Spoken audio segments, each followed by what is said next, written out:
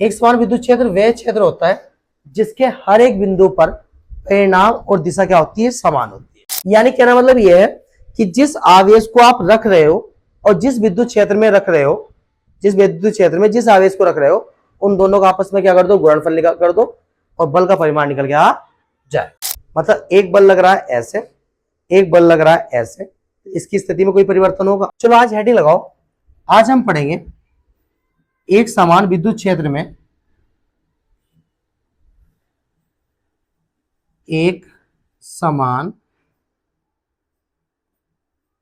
विद्युत क्षेत्र में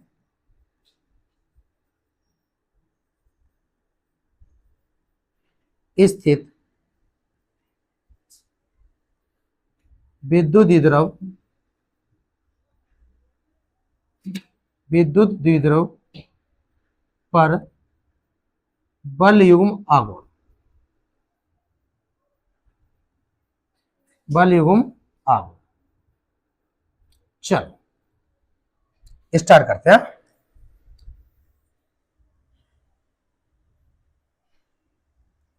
देखो आपके पास क्या है, आपके पास एक समान विद्युत क्षेत्र है।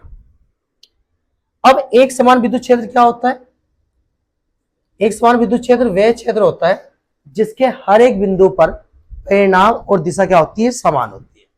बनाते हैं, ये आपके पास क्या है, एक समान विद्युत क्षेत्र है। इसके हर एक बिंदु पर परिमाण क्या होगा, बराबर होगा और दिशा भी क्या होगी, समान होगी। तो ऐसे क्षेत्र को हम बोलते हैं एक समान क्षेत्र। सही है। अब इस क्षेत्र के अंदर, अब इस क्षेत्र के अंदर एक विद्युत द्रव्य रखा है थीटा कोण पर, तो रख देते हैं।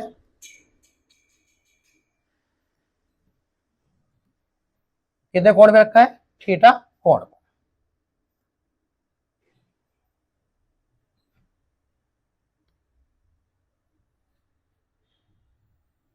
यह आपका विद्युत द्रव्य है जो विद्युत क्षेत्र से कितने कोण पे रखा है, थीटा कोण।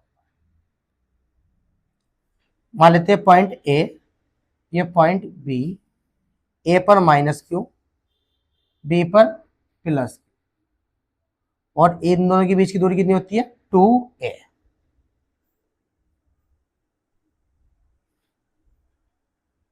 चलो यहां तक की तो बात बिल्कुल बढ़िया। अब आपने एक चीज पढ़ रखी होगी, जैसे कोई एक समान विद्युत क्षेत्र में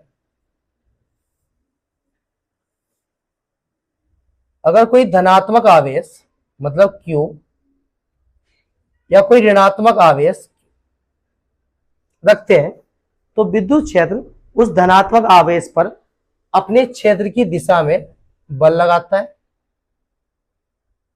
और ऋणात्मक आवेश पर अपने क्षेत्र से विपरीत दिशा में एक बल लगाता है। यह बात मैंने पढ़ा रखी है आपको लास्ट वीडियो में। अब उस बल का परिमाण कैसे निकलता है, उस बल का परिमाण निकालने के लिए एक कॉन्सेप्ट है विद्युत क्षेत्र की तीव्रता। वो कितनी आती है, E = F/Q0। तो यहां से F निकल के आता है, ये इधर चला जाता है, आता है E/Q0 या Q0E।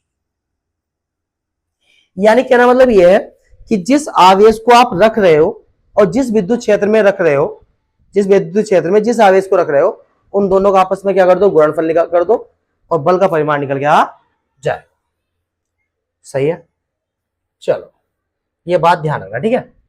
तो जैसे मैंने इस पर, इसके बीच में थीटा एंगल पे कोई विद्युत द्रव्य रखा, तो विद्युत क्षेत्र सिरे बी पर जो +q आवेश पे, इस पर अपनी दिशा में बल लगाएगा ऐसे F। उस बल का परिमाण कितना होगा, Q।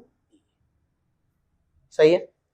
और -q आवेश पर अपने से विपरीत दिशा में बल लगाएगा F-q। उसका परिमाण कितना होगा, Q। सही बात है। तो ये बात लिख देते हैं कि विद्युत क्षेत्र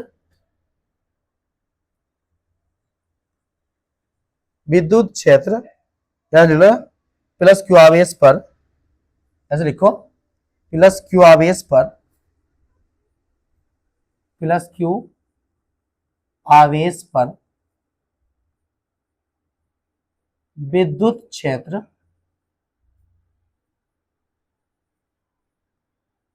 द्वारा बल F प्लस कितना होगा, परिमाण QE। सही बात है। ये क्षेत्र की दिशा में लग रहा है, ये लग रहा है क्षेत्र की दिशा में।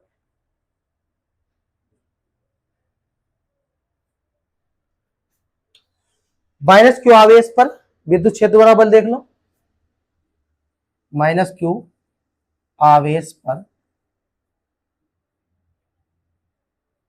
विद्युत क्षेत्र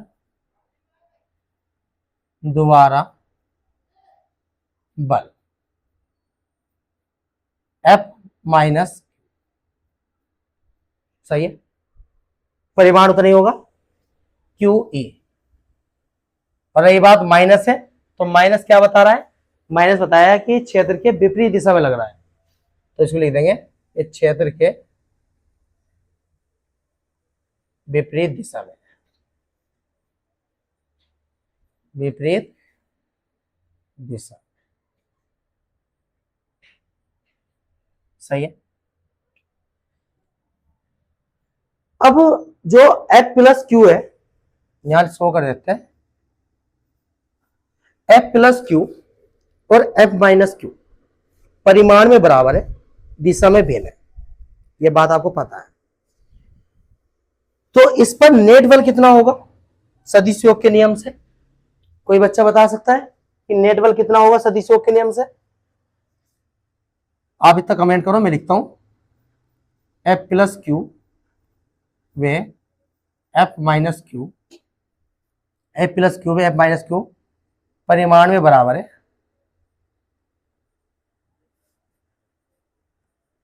बराबर वे दिशा में भिन्न है, दिशा में भिन्न है। तो एफ नेट कितना आएगा मेरे प्यारे बच्चों, एफ नेट कितना आएगा, एफ नेट आएगा सदिश योग के नियम से 0। कितना नेट आएगा, 0। भले इनका परिमाण बराबर, भले ये परिमाण में क्या है, विपरीत है, हम मान लेते हैं कि परिमाण में विपरीत है। क्या आप इस चीज को इमेजिन कर पा रहे हो कि ये कुछ ना कुछ प्रभाव यहां उत्पन्न करेंगे? ये विपरीत है जिससे एफ नेट 0 आ रहा है, क्या ये कुछ प्रभाव उत्पन्न कर पाएंगे यहां? इमेजिन करो, सोचो।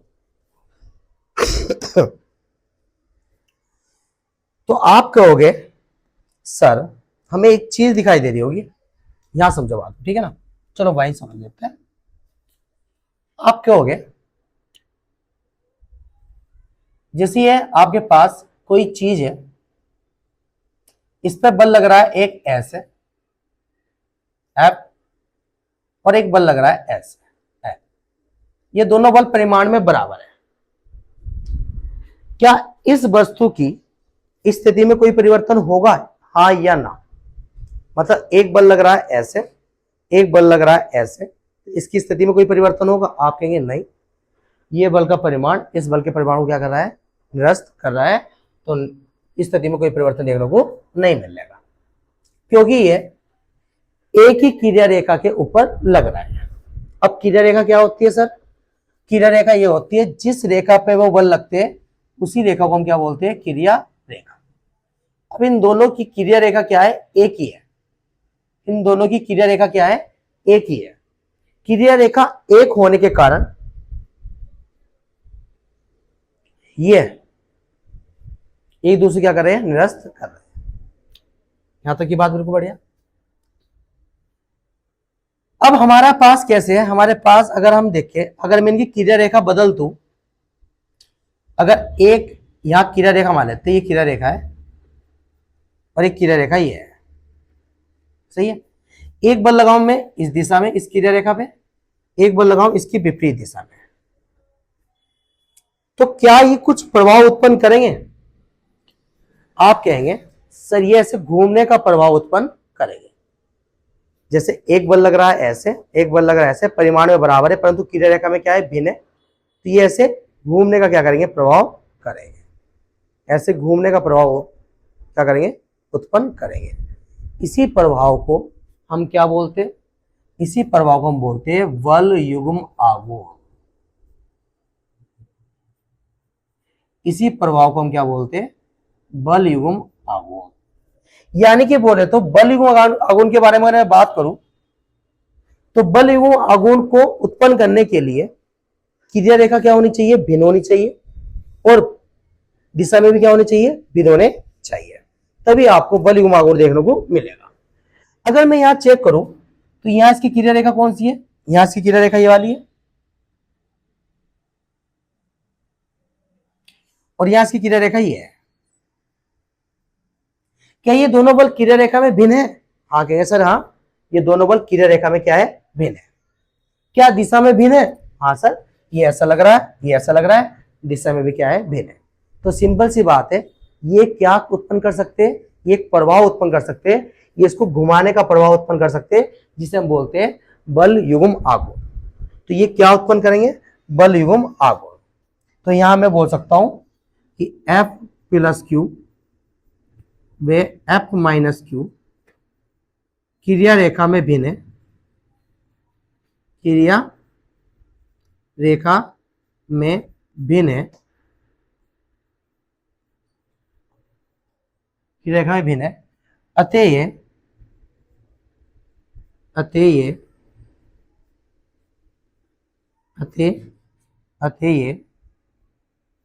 एक बल युग्म आघूर्ण उत्पन्न करेंगे।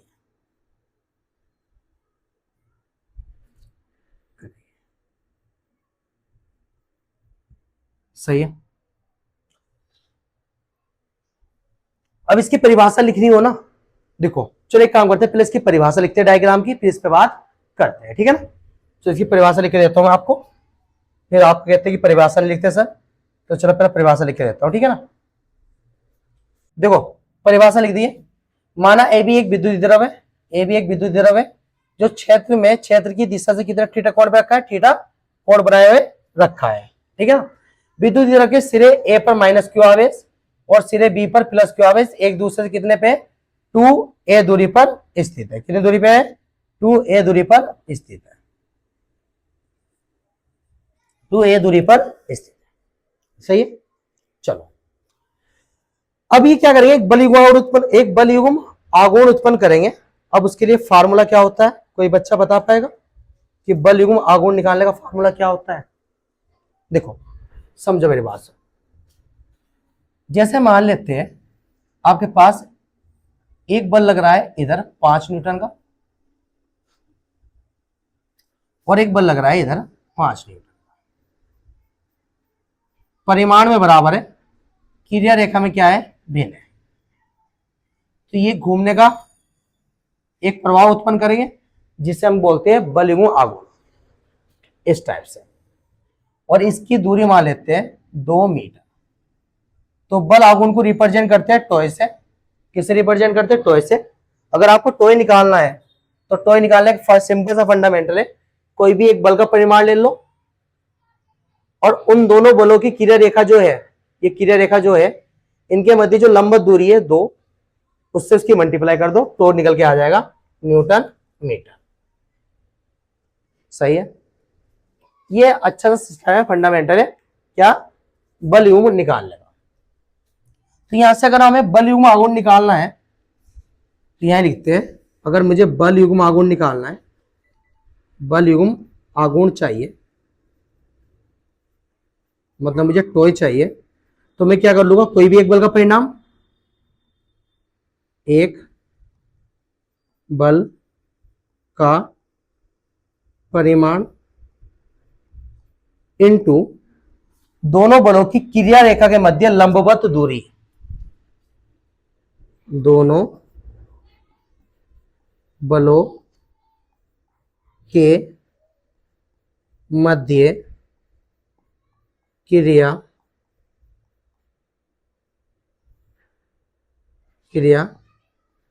रेखा के मध्य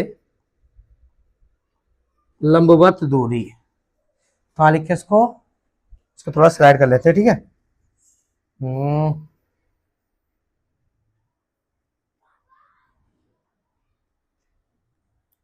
ये लंबवत दूरी ऐसा लिखना, ठीक है ना। अब दोनों बलों की क्रिया रेखा के मध्य लंबवत दूरी कौन सी है? ये क्रिया रेखा है, ये क्रिया रेखा है। लंबवत दूरी कौन सी होगी? ये वाली।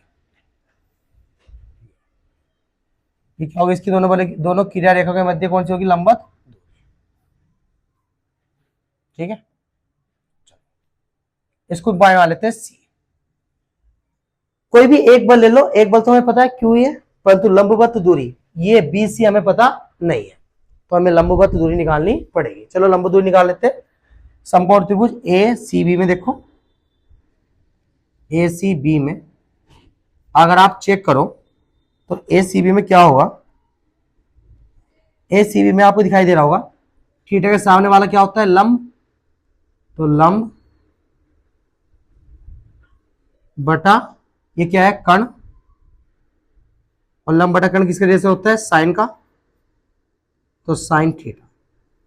तो लंब इक्वल टू, लंब कितना है आपके पास? BC। और कर्ण कितना है आपके पास? 2 है। सही है, तो यहां से BC निकाल लो। तो BC इक्वल टू कितना आएगा? 2A sine theta. सही है, चलो नेक्स्ट स्लाइड पे रहते हैं। तो इक्वल टू कोई भी एक बल का परिणाम और दोनों बलों की क्रिया रेखा के मध्य लंबवत दूरी। एक बल का परिणाम कितना है? चेक कर लो कितना है? QE। तो यहां पुट कर दो QE। और BC कितना निकालना आपने? 2A sine theta. अब यहां से टो इक्वल टू इस 2QA को एक साथ लिख लो और E साइन थीटा को पीछे लिख दो। 2QA क्या है? ये विद्युत द्रव आघूर्ण, तो इसको P से रिप्रेजेंट करते हैं। Tau equal to P E sine theta. इतना टॉर्क आपको देखने को मिलेगा। Tau equal to P E sine theta, right. अगर इसका आपको सदिश रूप लिखना है, सदिश रूप लिखना है तो कैसे लिखेंगे मेरे प्यारे बच्चों? जब साइन हटता है तो क्या आता है? कोस। क्रॉस आता है, क्या आता है? क्रॉस। तो P vector cross E vector. ये आपके पास क्या आ गया? सदिश रूप। साइन हटता है तो क्या आता है? क्रॉस। कोस हटता है तो डॉट आता है, ठीक है ना। चलो, इसमें थीटा क्या है? थीटा है विद्युत द्विध्रुव आघूर्ण, विद्युत द्विध्रुव आघूर्ण वे विद्युत क्षेत्र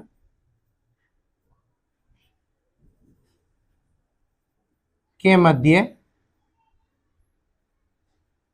कोण। चलो सही है। अब कुछ केस देखते हैं, महत्वपूर्ण पॉइंट। चलो देखो, कुछ महत्वपूर्ण बिंदु देखो, काम आएगा, ठीक है ना। हेलो, महत्वपूर्ण बिंदु। और नंबर फर्स्ट केस क्या पढ़ो? आपके पास क्या है? एक समान विद्युत क्षेत्र है, सही है। पहला बना लेते हैं फिर बात करते हैं। पहला बना लेते हैं इसको, 2 मिनट।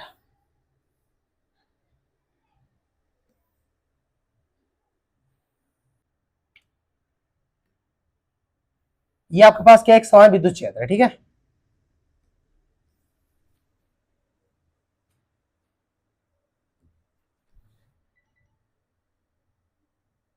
ये आपके पास क्या है, एक समान विद्युत क्षेत्र है, ठीक है। ए पहला मैंने विद्युत द्रव इस टाइप से रख दिया, ठीक है ना। पहला विद्युत द्रव हमने इस टाइप से रख दिया,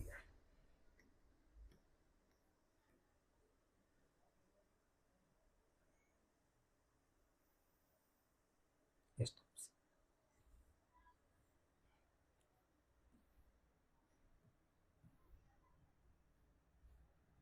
ये ए पॉइंट, ये बी पॉइंट, सही है। ए पर माइनस क्यू रख मान लो और बी पर प्लस क्यू मान लो, इससे कोई दिक्कत नहीं है, ठीक है। ए बी पॉइंट कहीं भी आन सकते हैं, ठीक है। अब विद्युत द्रव की दिशा कैसे होगी, सॉरी विद्युत द्रव आघूर्ण की कैसे दिशा होगी, कोई बच्चा बताया, कमेंट करो।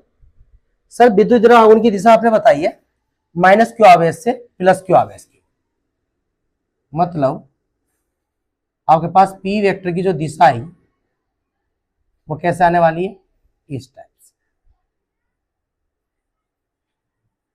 हाँ या ना। ये बात तो आप समझते हो। इनके बीच में एंगल कितना हो जाएगा, विद्युत क्षेत्र ऐसे है, इसकी दिशा ऐसे है, थीटा कितना बन जाएगा इस केस में, 90 डिग्री, सही है। चलो बल की बात करें तो इस पे बल ऐसे लगेगा, इस पे बल कैसे लगेगा, अपने से विपरीत दिशा में, इस टाइप से। एफ नेट कितना होगा यहां, एफ नेट होगा 0।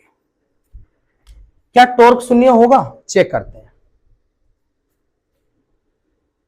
टॉर्क चेक करते हैं। टॉर्क का फॉर्मूला क्या होता है, पीई साइन थीटा। थीटा कितना है आपके पास, 90 डिग्री, और साइन 90 की वैल्यू कितनी होती है 1, तो पीई मल्टीप्लाई 1, तो टॉर्क कितना आएगा पीई, और ये क्या कहलाता है अधिकतम, ये टॉर्क क्या कहलाता है अधिकतम, बोले तो मैक्सिमम।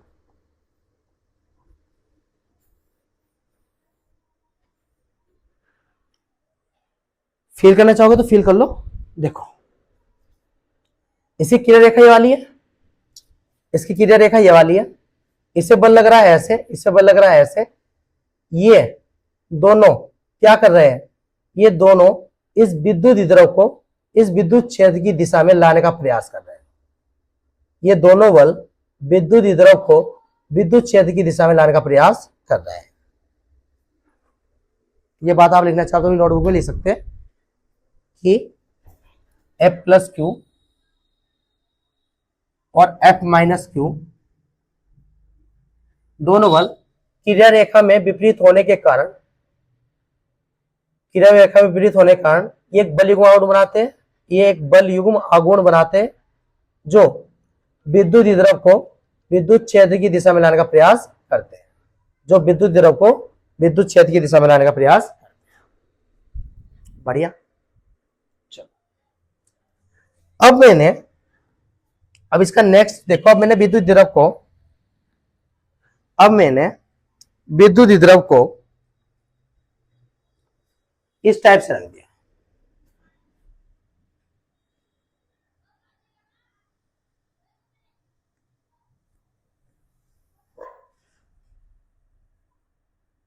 ये ए, ये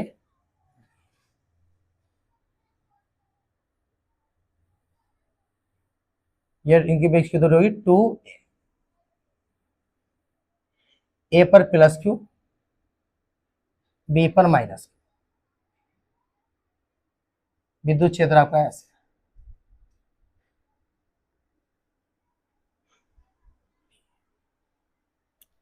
थीटा कितना होगा, सर विद्युत द्रव की दिशा देखें तो माइनस से प्लस क्यू आवेश क्यों, आपकी पी बोले विद्युत द्रव आघूर्ण की दिशा ऐसे होने वाली है, यानी ई और विद्युत द्रव आघूर्ण दोनों एक ही दिशा में होगा, तो तब थीटा कितना हो जाएगा सर, जब थीटा 0 डिग्री हो जाएगा सर। एफ नेट कितना आएगा सर? एफ नेट तो पहले से 0 है। एफ नेट के बारे में क्या बात कर रहे हैं? टॉर्क देख लो, टॉर्क कितना आएगा? P E sine theta. तो torque is equal to p E sine theta की वैल्यू कितनी है? 0 डिग्री। और साइन 0 का वैल्यू कितना होता है? 0 होती है। तो टॉर्क कितना आएगा आपके पास? 0। मतलब इस स्थिति में क्या कहलाएगा? ये सांबीय अवस्था स्थिति में कहलाएगा, सांबीय अवस्था या सांबीय स्थिति में कहलाएगा।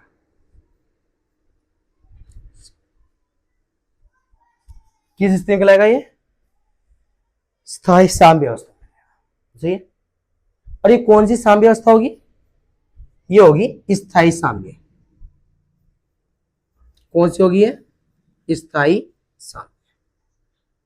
कौन सी होगी? ये स्थायी सांबीय। एक मिनट रुक जाओ। कौन सी होगी? ये स्थायी सांबीय। अब स्थायी सांबीय का मतलब क्या होता है? स्थायी सांबीय का मतलब क्या होता है सर? बताओ जल्दी। देखो सुनो, स्थायी सांबीय का मतलब देखो, अभी समझो, पहले एक चीज समझो। जैसे मान लिया आपके पास ये कटोरी है और एक बॉल है यहां। मेरे प्यारे बच्चों, आप इस बॉल को थोड़ा सा विस्थापन करो। आपने इस बॉल को ऊपर की ओर पुश करा, सॉरी करा, तो क्या होगा? क्या होगा? ये वापस, अगर आप इसको लेफ्ट की ओर धक्का दे रहे हो तो ये वापस राइट में आके उसी स्थिति में आ जाएगी जिस स्थिति में ये पहले थी। उसी स्थिति में आ जाएगी जिस स्थिति में पहले थी। आप इसको इधर लेफ्ट में धक्का दे रहे हो तो ये वापस उसी स्थिति में आ जाएगी ये जिस स्थिति में पहले थी। ये बात आप समझते हो? एक कटोरी को लेना, एक कटोरी को थोड़ा सा विस्थापन, कोई मतलब कंचा में रख देना, उस कंचे को थोड़ा सा डिस्प्लेसमेंट करना, ये वापस घूम घूम घूम घूम घूम के उसी स्थिति पे आ जाएगा जिस स्थिति में पहले था। ऐसे को हम बोलते हैं स्थायी सांबीय। जो वापस पुनः उसी स्थिति में आ जाता है जिस स्थिति में पहले था, उसे हम बोलते हैं स्थायी सांबीय। अगर हम यहां बात करें तो यहां स्थायी सांबीय कैसा होगा? देखो सुनो मेरे प्यार से बच्चों, प्लस क्यू आवेश पर विद्युत क्षेत्र अपनी दिशा में बल लगा रहा है, ये होगा F प्लस क्यू। और माइनस क्यू आवेश पर अपने से विपरीत दिशा में बल लगा रहा है। माइनस क्यू आवेश पर अपने से विपरीत दिशा में बल लगा रहा है, वो होगा F माइनस। सही है। इनकी क्रिया रेखा एक है। देखो इन दोनों की क्रिया रेखा क्या है? एक है, जिससे बल युग्म आघूर्ण कितना आ रहा है? 0 आ रहा है। यानी बल युग्म आघूर्ण को मैंने पहले ही बताया था, अगर दोनों की क्रिया रेखा एक होगी तो बल युग्म आघूर्ण क्या आएगा? 0 आएगा, या फिर दिशा में विपरीत। सही है। अब स्थायी साम्य का मतलब क्या है सर? अब स्थायी साम्य का मतलब क्या है? आप सोचो, आप थोड़ा सा इसको डिस्प्लेसमेंट करो, आप इसको थोड़ा सा घुमाओ, आप इसको थोड़ा सा घुमाओ, इस टाइप से थोड़ा सा घुमा दो। आपने इसको थोड़ा सा घुमा दिया तो अब इस पे बल लगेगा ऐसे और इस पे बल लगेगा ऐसे। तो ये विद्युत क्षेत्र उसी दिशा में लाने का प्रयास करेगा जिस दिशा में ये पहले था, यानी उस स्थिति में लाने का प्रयास करेगा जिस स्थिति में ये पहले। समझ पा रहे हो मेरी बात? या फील कर, ये तो अच्छा, बहुत अच्छा फील होगा। सोचो कि जैसे आपने इसको थोड़ा सा डिस्प्लेसमेंट करा तो तभी क्रिया रेखा क्या हो गई? भिन्न हो गई। तो जैसे क्रिया रेखा भिन्न होगी तभी क्या होगा? बल युग्म आघूर्ण लगेगा। बल युग्म आघूर्ण प्लस पर अपनी दिशा, सॉरी विद्युत क्षेत्र प्लस पर अपनी दिशा में बल लगाएगा, माइनस पर अपने से विपरीत दिशा में लगाएगा, तो ये बल युग्म आघूर्ण होगा। और वो बल युग्म आघूर्ण वापस उसी स्थिति में लाने का प्रयास करेगा जिस स्थिति में वो पहले था। सही है। यहां देखते हैं, आपके पास एक विद्युत द्रव है ए और बी। ए पर माइनस क्यू मान लिया, बी पर माइनस प्लस क्यू मान लिया। ये इनकी दूरी होगी। इनके बीच में थीटा कितना है? सर पहले विद्युत द्रव आघूर्ण की देखो दिशा। विद्युत आघूर्ण की दिशा होती है, एक काम करो पहले ये प्लस मान लो, वही कैसे हो जाएगा। एक काम करो, यहां प्लस मान लो, यहां प्लस मान लो और यहां माइनस।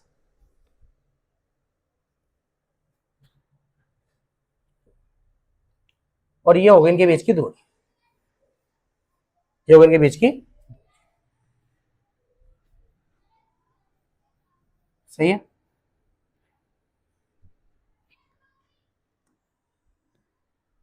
अब थीटा कितना होगा बताओ।